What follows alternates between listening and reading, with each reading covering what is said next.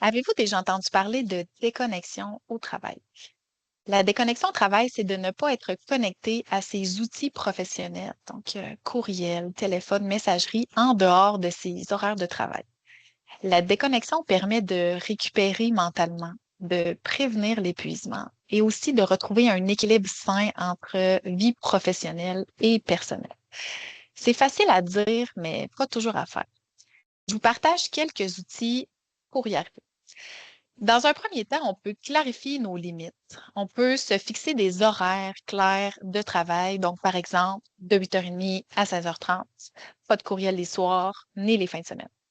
On peut aussi partager notre horaire aux collègues ou à notre équipe de travail pour les informer de nos disponibilités, de nos absences et aussi pour éviter des malentendus. On peut également gérer notre temps d'écran par exemple, en désactivant les notifications qui sont liées au travail sur notre téléphone en dehors des heures de travail et en évitant les réseaux sociaux professionnels aussi en dehors des heures travaillées, par exemple. On peut également créer un rituel de transition. Donc, par exemple, en fin de journée, on peut ranger notre bureau, écrire la to-do list du lendemain, on peut fermer l'ordinateur ou on peut aussi s'obliger à faire une activité qui va vraiment marquer la fin de la journée de travail. Donc, ça peut être une marche, une activité sportive, ça peut être d'écouter un balado dans la voiture. Il y a plusieurs options qui s'offrent à vous. Mais la déconnexion, ça passe aussi par un changement de perception, un changement de croyance. C'est pas toujours évident, mais c'est important de valoriser le temps qui est non productif.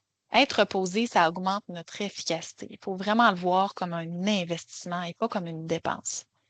Ça passe aussi par apprendre à dire non sans culpabilité.